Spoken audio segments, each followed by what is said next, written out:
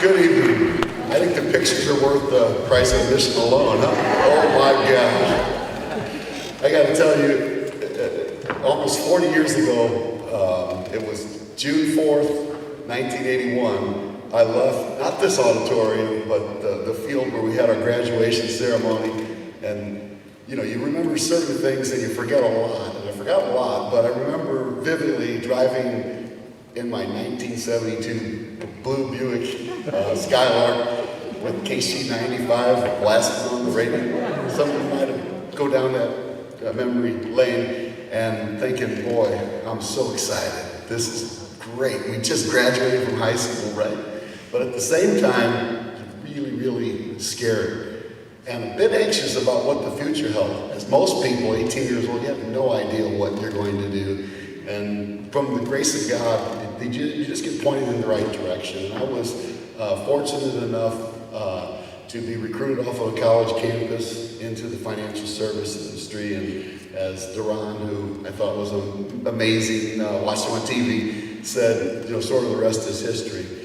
So I'm going to keep this brief, but my wife couldn't be here tonight because she suffers from chronic migraines. But she did give me some advice before I left.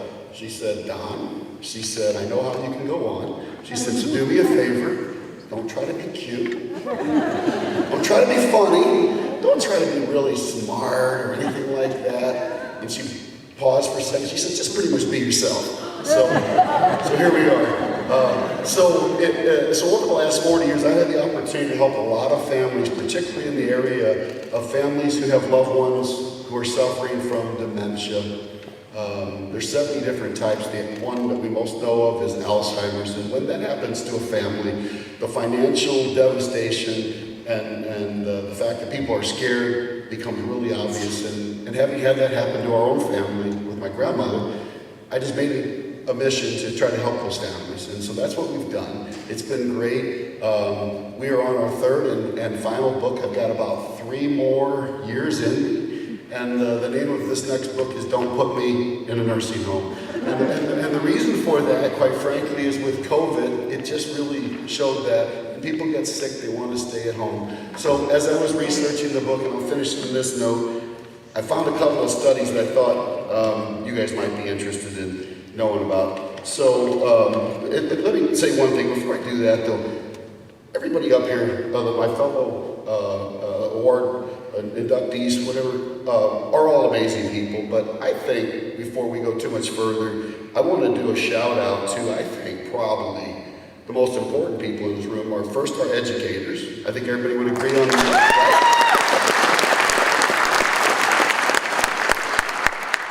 right? Frontline workers during the pandemic. Amazing.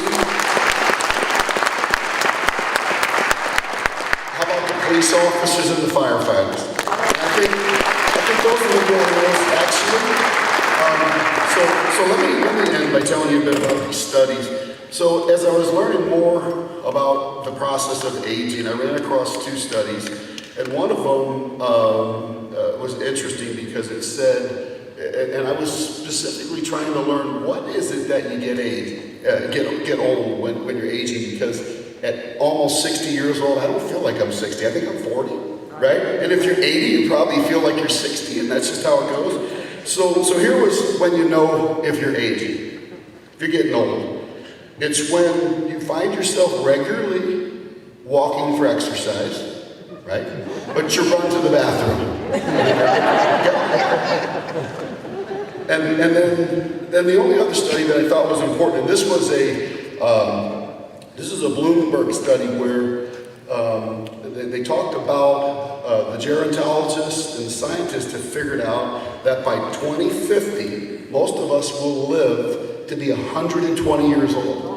Sounds great, right? And a couple people shaking, sounds great. But then as I read further into the study, it said the only problem with this is you'll still have your 90-year-old son living in your basement. Okay? So on behalf of my family, I really thank you so much for this great honor. I would have never expected it. Thank you very much. All right.